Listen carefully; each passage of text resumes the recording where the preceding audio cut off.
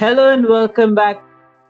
Probably the biggest thing to come out from the UEFA Champions League knockout ties was the humiliation of Barcelona at the hands of Bayern Munich, that 8 to drubbing. Although that loss just emphasizes on what's actually going wrong at Barcelona, do you think it would have been the outcome would have been such drastic or dramatic had it been half as bad?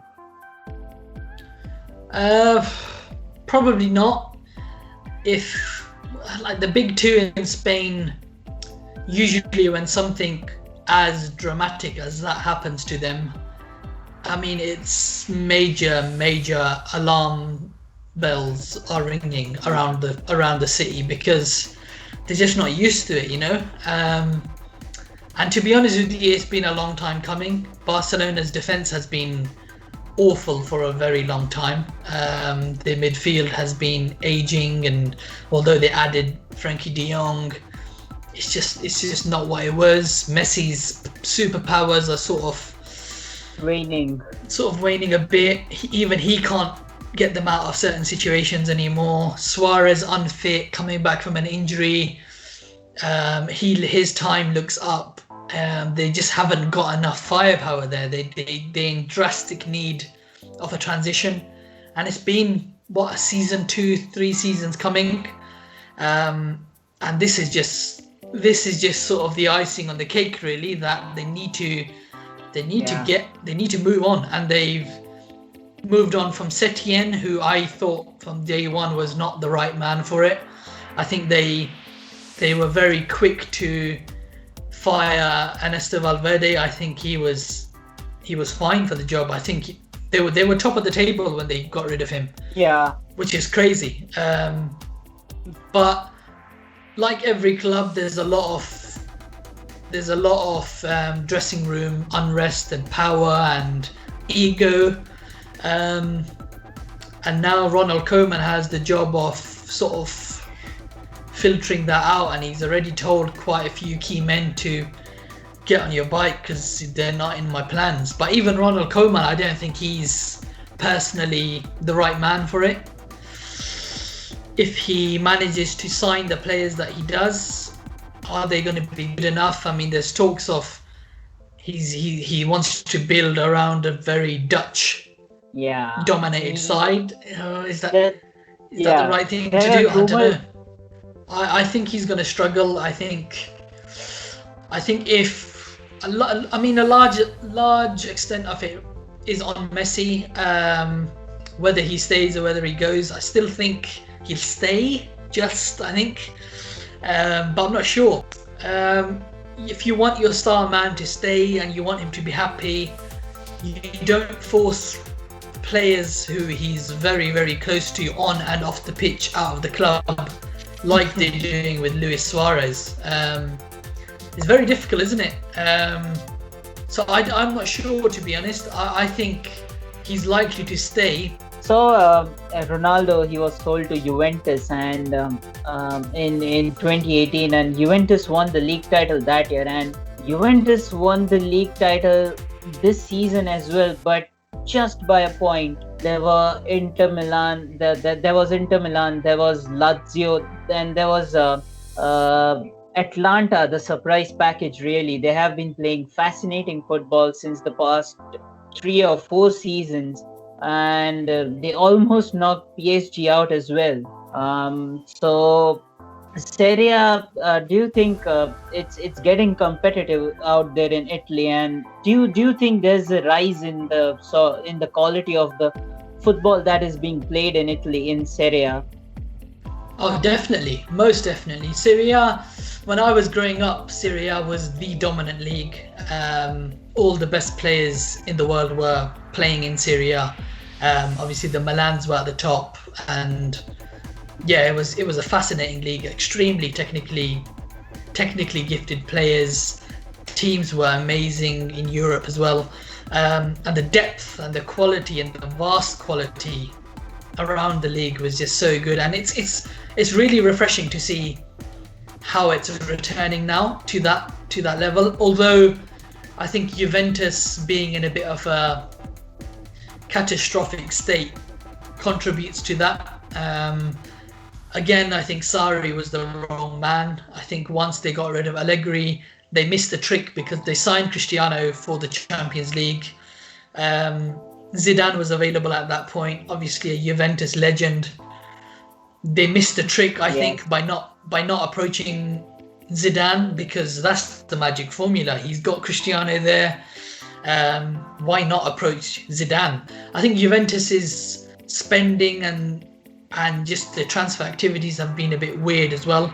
Whilst Cristiano and Matthias de Ligt were very good signings, with a sort of plan, that's like those two signings were orientated and towards their plans, which were fine. Yeah. But then you go and sign players like Rabiot and Aaron Ramsey on extortionate wages, and you keep players like Matuidi and Khedira, Higuain. After signing him for a ridiculous transfer fee, he just didn't seem to trust Dybala enough when Dybala was clearly the main man to play next to Cristiano. It was weird. It was so strange. And I think Juventus have dipped a bit, which has allowed the chasing pack to improve as well. I think Inter Milan next season, will they get Allegri? I don't know, but Allegri would be the man, I think, and Lukaku, and if they keep Lautaro Martinez as well, I can fancy Inter Milan again pushing Juventus all the way, if not winning the league. They look like a team that can win it with another year of experience, and if they keep the core, and obviously they're clearly strengthening with Hakimi, and he's looking for other players like Emerson as well. So yeah, Inter Milan will go all the way. I think they're probably the main rivals, although do Napoli under Gattuso have enough? Probably not to go all the way. But I think Juventus will struggle more so than they did this season, and they will struggle next season. Is it a similar situation to the one that Barcelona finds themselves currently in? In what respects do you mean?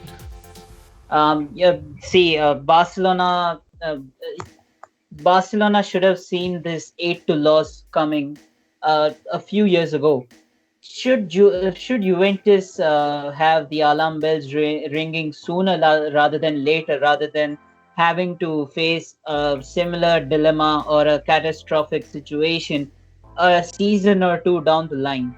Yes, it's different contexts, because the thing is, Juventus and Bayern Munich and PSG can almost afford to have sort of mediocre transfer windows, because they have been over the last 7-8 years that far ahead of their chasing pack. So almost when the season starts, you can almost guarantee that these three teams are going to win the league, right? So they have that room for error almost, whereas Barcelona don't, because they know, whilst they have Messi, who's Messi, they know that Real Madrid and Atletico Madrid aren't going to be that merciful. So if they don't continue improving properly, they will suffer.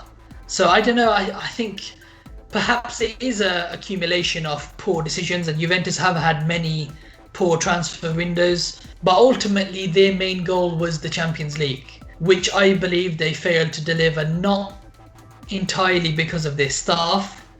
They've more so failed to deliver because of Sarri's incompetence. I think he's just not made for that level.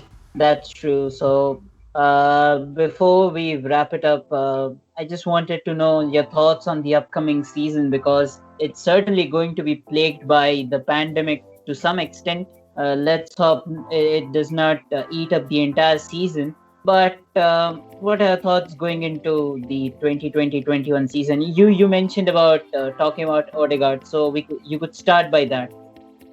Yeah, I think after the City defeat, Zidane probably looked at his midfield and thought, you know what, I need something here. Obviously, he's not going to get Pogba, and Pogba seems likely to renew and stay for United for the coming years now. So I think we can safely assume that door has closed. So Zidane, look, he looked at the situation where Florentino said, we just haven't got the money for some reason, because of the pandemic and which is all the strange, by the way. all the merchandise. Yeah, I mean they've lost a lot of money. They've lost 15 to 20% of the revenue. So you just have to trust that the board is doing the right thing. And I guess in the past we've known Florentino to do really good things. So you just have to trust him, I guess. Ultimately, although it's frustrating on the face of it when you look at Bayern Munich and you look at Chelsea spending like crazy and other teams willing to spend, and you think, is the pandemic only in Madrid? Like, has it only affected us? But clearly it has only affected us to a larger extent. But you also have to remember we spent 340 odd million last summer, and the large extent of that spending hasn't really come to fruition yet. Players like Hazard hasn't done anything. Asensio hasn't done anything. Jovic hasn't done anything. Militao has hardly been used. Really, the only two players who have contributed any sort have been Ferland Mendy and Rodrigo. Yeah. So like, you look at this season, you look at Vinicius now in his third season, you look at Rodrigo, another season wiser. Asensio's back. Hazard will hopefully go injury free, and he's definitely going to make a big difference to the goal contributions. Jovic has to sort of be given a chance almost by Zidane, and then he has to take his chances. So yeah, and ultimately Martin Odegaard is going to be our star signing this summer. Star addition anyway, and he's gonna add a lot, man, because we haven't got someone who can break lines effortlessly with that vision. But I do have question marks over how he's gonna adapt in the team, because I don't think it's as simple as taking Modric out and slotting Odegaard in. I think Zidane probably saw that the right wing needs a major revamp, and perhaps Odegaard will play in the right wing. Who knows? Perhaps he'll switch to a 4-4-2. Perhaps he'll switch to Odegaard playing as a cam. I don't know. There's various options now for Zidane.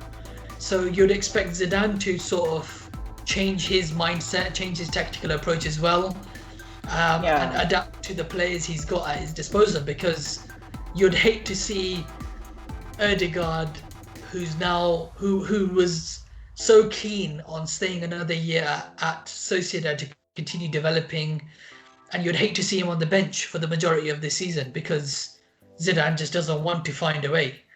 And same goes for Militao, and the same goes for Jovic, because they need to rotate. These are players we've invested in, 50 million in Militao, 60 million in Jovic. Two extremely gifted players who need a chance, man. And if you're gonna transition, if you're gonna get this young core into this team as eventual starters when Benzema and Ramos are gone, this is the season to do it, because you're not making any signings. So these are the players that you need to invest time in, because you've invested money in, right? So as before, when the season started, after the City defeat, I didn't really have a lot to look forward to, apart from Hazard returning and Asensio returning. But with Odegaard coming back now, there's a lot to look forward to. Look, there's in inverted commas, there's 3 or 4 new signings there. So and they're not any old signings. These are players who can be starters at any club. So I don't know, man. There's a lot of things to be excited about. With obviously Barcelona now in capitulation mode as well. I think Real Madrid are definitely favourites for next season to retain the league title, and it's exciting to see. Hopefully we can be defensive as solid again. So yeah, I think the league and the Copa del Rey have to be the imperative tournaments to focus on. And I think at the end of the season, if we won the league and the Copa del Rey and the Spanish Super Cup, that's 3 trophies, man, in a season. That's good going, to be honest, in transition. And obviously, if we can have a Champions League run to the quarters or semis, that would be fun because we've got enough tools there, right? If the likes of Ramos, Cruz, Benzema, and Hazard can take us. So Yeah.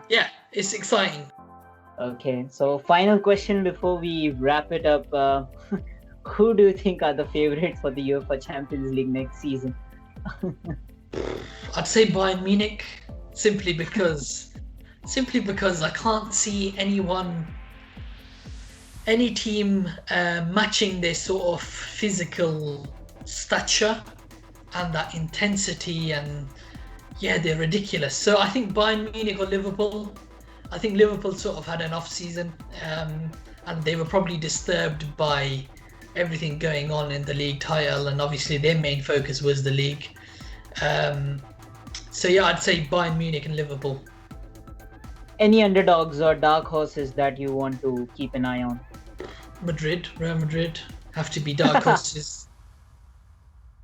Okay, so that's it from this episode, and that was a fantastic conversation with you, Mudassir. It was great talking to you about a lot of different things. Thank you so much for watching this video. If you liked it, please make sure to hit the like button. You could drop your suggestions on what sort of podcast should I make, or what type of videos would you like to watch in the sports section.